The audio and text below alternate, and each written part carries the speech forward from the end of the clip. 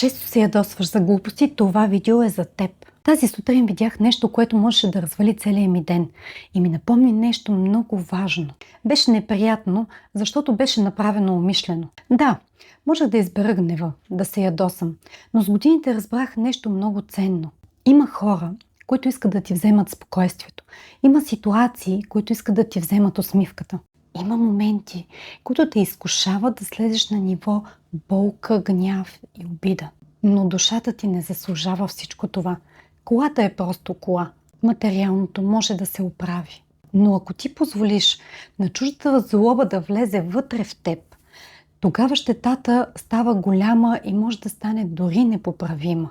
Аз днес избрах да съм добре, да съхраня мира си и да не позволявам на чуждите действия да взимат власт над моето сърце. Защото животът е твърде ценен, за да го подаряваме на гнева. По-важно е да сме здрави, да пазим себе си и вечер да си легнем с мир, а не с отрова, която да трови душата. Открих, че най-голямата победа е не да отвърнеш, а да останеш над нещата. Не позволявай на чуждата тъмнина да загаси твоята светлина. Не забравяй да пазиш мира си. Всичко друго се оправя. Ако това видео ти е харесало, последвай ме.